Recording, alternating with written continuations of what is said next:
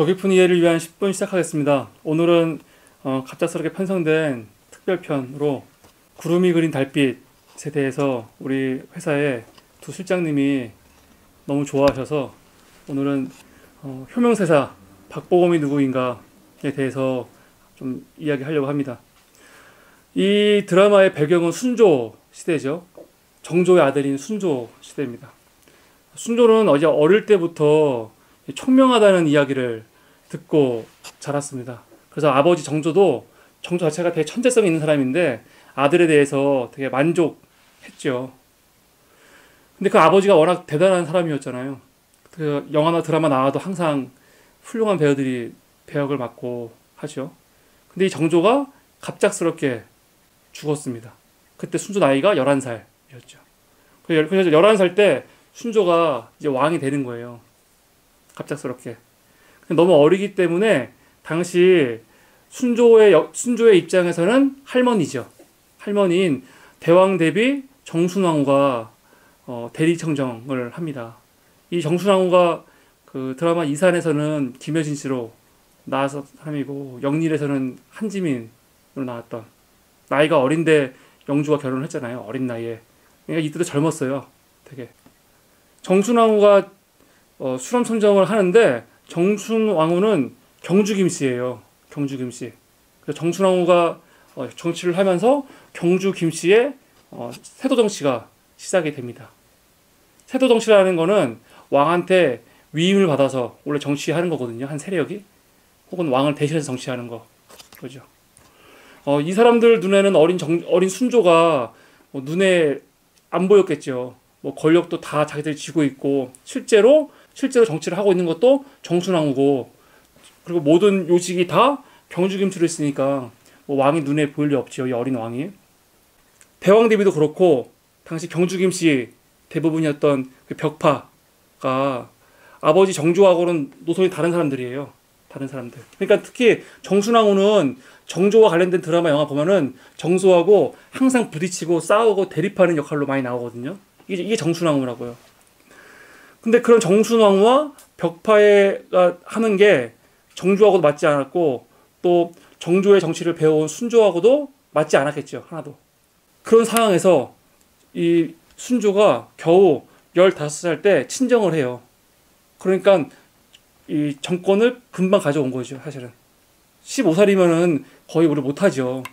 나중에 고종은 한참 나이가 지나서까지 아버지가 했는데, 근데 15살 때 본인이 친정을 해요.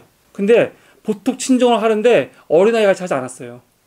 그래갖고 되게 어른스러웠다고 해요. 그러면서 18살이 되면서는 시파, 벽파 말고 시파가 있는데 시파와 손을 잡고 벽파를 몰아냅니다. 그러면서 자기의 정적들을 대부분 숙청하고 안정을 시킨 거죠. 왕실의 입장에서는. 그때 순조를 도와서 경주 김씨를 몰아낸 사람이 바로 김조순이죠. 안동 김씨 김조순. 드라마에서는 김헌으로 지금 나오고 있는데, 그 김조순의 딸이 곧 순조의 비가 돼요. 그러니까 어렸을 때 순조가 결혼을 하는 거죠. 이 순조의 비가 순원왕후 김씨입니다. 순원왕후 김씨. 그리고 그 둘 사이에서 효명이 태어나요.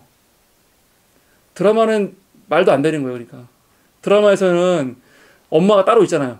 중전 윤씨인가가 따로 있고, 그리고 중전이 이 순원왕후가 되게 싫어하잖아요. 보검이를. 근데 그런 관계가 아니에요. 실제로는 친엄마예요. 친엄마. 나온이도 안 나와요. 아무튼 안동 김씨의 도움을 받았지만 순조 자체가 총명했고 수완도 좋고, 그리고 결단력도 있고, 그리고 굉장히 부지런했던 사람이에요. 부지런했고 성실했던 왕입니다. 성실했던 왕. 사람도 좋은 사람이었어요. 그런데 문제는 정조처럼 미래에 대한 청사진이 없었어요. 미래에 대한 비전 같은 게 별로 없었던 걸로 평가가 돼요. 어떻게 보면 근데 이 순조는 가장 현실적인 왕이었어요. 왜냐면 아버지 시대의 정치를 봐왔잖아요. 정조도 성격이 막 좋은 사람은 아니에요. 왜냐면 자기 반대파들을 다 숙청하고 아주 냉정한 왕이기도 해요. 정조가 사람이 좋은 그런 스타일은 아니라고요. 근데 그러면서 순조도 정치에 대해서 많이 봤죠. 그러면서 느낀 게 정치에 옳고 그름이 없다고 아마 여겼던 것 같아요. 옳고 그름이. 그러니까 이럴 수도 있고 저럴 수도 있다. 그러니까 어떤 문제를 이 순조 같은 경우는 깊이 들어가서 해결하려고 하는 노력이 별로 없어요. 저게 나쁜 사람이야. 그러면 이걸 깊이 들어가서 완전히 그냥 깨끗하게 해결해버리고 새로운 걸 하려는 그런 시도가 별로 없어요. 그냥 적당히 덮고 적당히 타협하고 적당히 잘 사는 그 정도. 그러니까 사실 순조 시대 때는 그렇게 크게 순조의 적도 없고 순조의 뭐 강력한 편도 사실은 없는 거죠. 그래서 중요한 정치적인 판단 같은 거는 본인이 직접 안 하고 비변사에 맡겼어요. 비변사. 당시 비변사는 지금으로 말하면 국가안전보장회의, 국무회의, 국회가 다 합쳐져 있는 아주 국가의 모든 걸 다 결정할 수 있는 아주 중요 기관인데 거기에 다 위임해버리고 본인은 민생만 챙겼어요. 민생만. 정치는 그냥 내려놓고. 근데 그게 좋은 태도는 아니죠. 평생 사람도 좋고 성실하고 부지런하고 그랬던 왕이지만 어딘가 되게 존경할 만큼 훌륭하다는 느낌은 잘 안 들지요. 더군다나 건강도 그렇게 좋은 상태가 아니었어요. 드라마에서도 보면은 항상 어딘가 아파 보이잖아요. 실제로 즉위한 지 10년 됐을 때부터 막 자주 병을 앓아요. 드라마의 중심 소재가 홍경래의 난인데 홍경래의 난은 순조 11년에 있었던 사건이거든요. 11년. 근데 그때도 순조는 병으로 앓아 누워있는 상태였어요. 그만큼 몸이 안 좋았죠. 이 홍경래의 난은 조선시대 후기에 일어난 가장 큰 밀란이에요. 농민반란. 가장 큰. 이것 때문에 많이 바뀌어요. 여러 가지가 상황이. 홍경래의 난은 나중에 한번 다루는 걸로 하고. 근데 왕의 입장에서는 굉장히 당황했을 거예요. 왜냐면 순조는 민생을 살폈던 왕이거든요. 나름대로. 나름대로 열심히 성실하게 나쁜 왕도 아니고. 그런데 자기 시대 때 이렇게 큰 밀란이 일어났잖아요. 내가 뭘 잘못했는데 도대체. 결과적으로 순조는 자기 백성을 수천 명을 죽였어요. 그래서 이것 때문에 수천 명을 죽였다고요. 그런데 홍경래의 난이 끝나고 순조 13년에 그러니까 2년 후죠.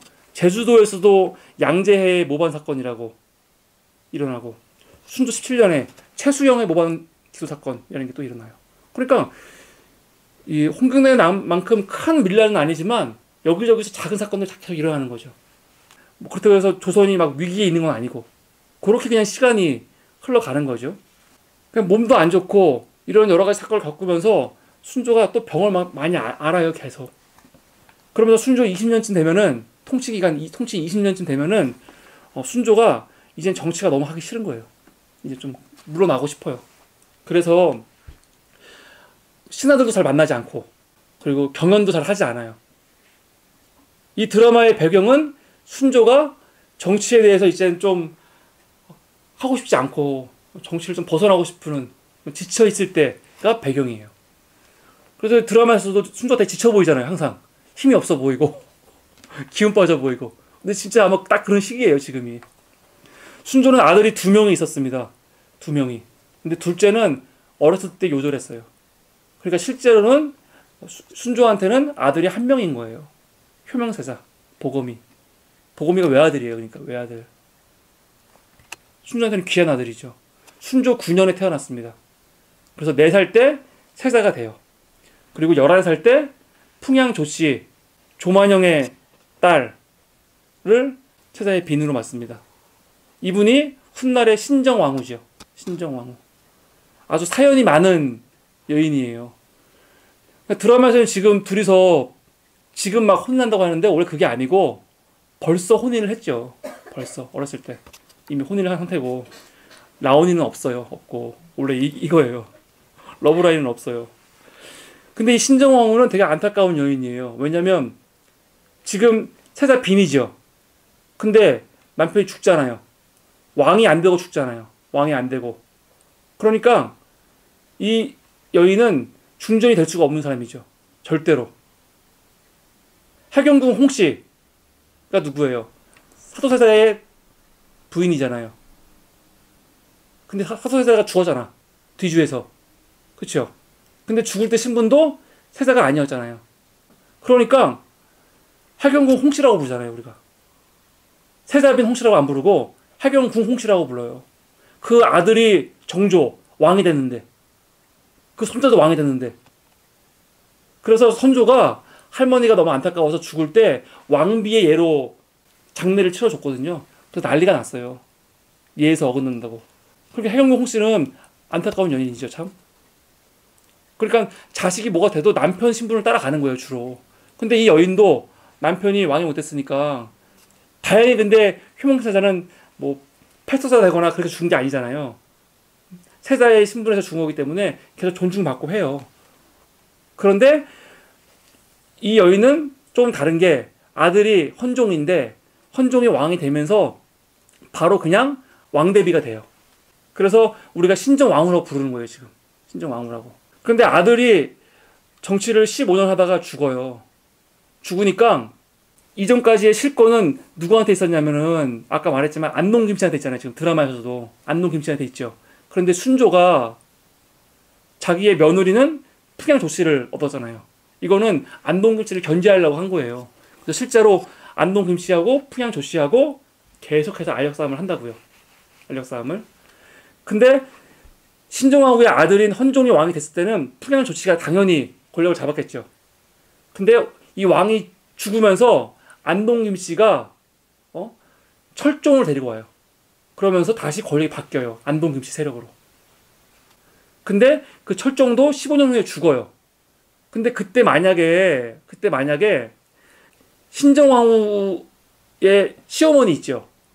아까 말한 순원왕후 김씨, 김조순의 딸.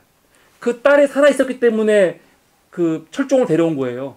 헌종이 죽은 다음에 그 다음 후사를 정해야 되잖아요.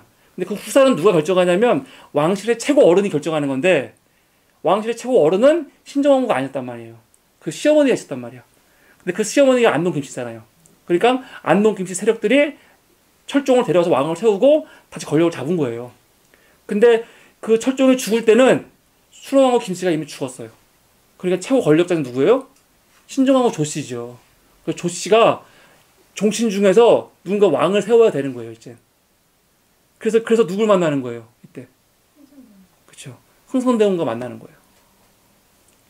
명성황후 드라마에서 나왔던 바로 이분이 그분이에요. 드라마마다 똑같은 인물들 나오는데 이걸 비교하면서 좀 봐야 돼요. 이분이 그분인데.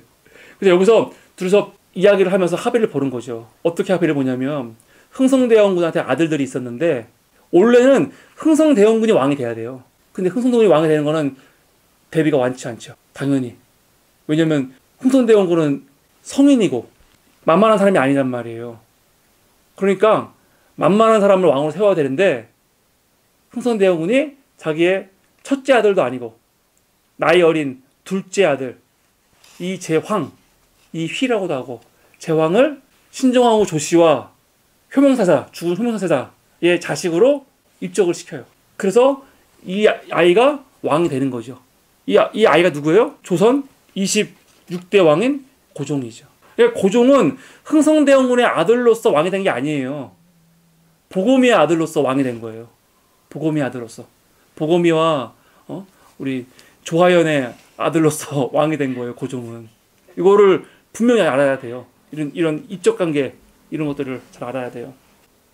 효명세자는 죽을 때는 세자였지만 나중에 추종이 돼요. 그래갖고 문조 혹은 익종이라고 부르죠. 왕은 못됐지만 나중에 뒷날 그렇게 올려주는 거예요. 그러니까 이 세자빈 조씨는 굉장히 파란만장한 인생을 산 여인이죠. 순조 때는 안동 김씨가 실권을 장악했는데, 그 안동 김씨의 세력을 견제한 게 풍양 조씨였고, 그 풍양 조씨의 중심에는 이 순원왕후 조씨가 있었던 거죠. 순조는 세자를 정말로 아꼈어요. 순조는 효명을 진짜 아꼈어요. 세자가 장성해 갈수록 중요한 행사에는 항상 데리고 다녔어요. 그러다가 순조 27년 2월에 순조가 효명에게 대리청정을 한다는 비만기를 내려요. 비만기가 뭔지 제가 말씀드렸죠? 왕의 의견을 적어서 승자한테 주는 거죠. 이때 순조 나이가 겨우 38이에요. 그러니까 지금 드라마에 나오는 순조가 사실은 적당한 나이야, 지금. 아니, 나이가 더 많지? 실제보다도. 38이에요. 그런데 어제 경종 이야기할 때 말씀드렸지만 축종도 자기 아들에게 대리청정 맡겼잖아요. 그러니까 신하들이 아무도 반대를 안 했다고 했잖아요. 이게 되게 이상한 사건이라고. 왜냐면 신하들도 그렇고 축종도 신하도 다 경종을 안 좋아하는데 도대체 이걸 왜 맡겨? 왜 반대를 안 해? 그랬단 말이에요. 근데 그때는 왜 한 거였어요? 뭔가 트집을 잡으려고 그런 거였잖아요. 트집을. 이대로 두면 왕이 되게 뻔하니까 폐쇄사시키기 위해서 궁여지책으로 그냥 정권을 준 거죠. 뭔가 하나 실수만 해라. 근데 실수를 안 하잖아요. 일을 안 하니까. 실수를 안 해요. 근데 요번에도 순조가 세자한테 대리선정을 맡기는데 아무도 반대를 안 하는 거예요. 되게 이상한 일이죠. 그런데 겉으로는 비슷해 보이는 이 사건이 사실은 전혀 달라요. 왜냐면 순조가 효몽한테 맡길 때는 이런 나쁜 의도가 아니었어요. 정말로 맡긴 거예요. 정말로. 정말로 맡긴 거고 아마 부자 그 지간 관계 중에 순조와 효몽처럼 아버지와 아들, 왕과 세자 사이가 좋았던 관계가 많지 않을 거예요.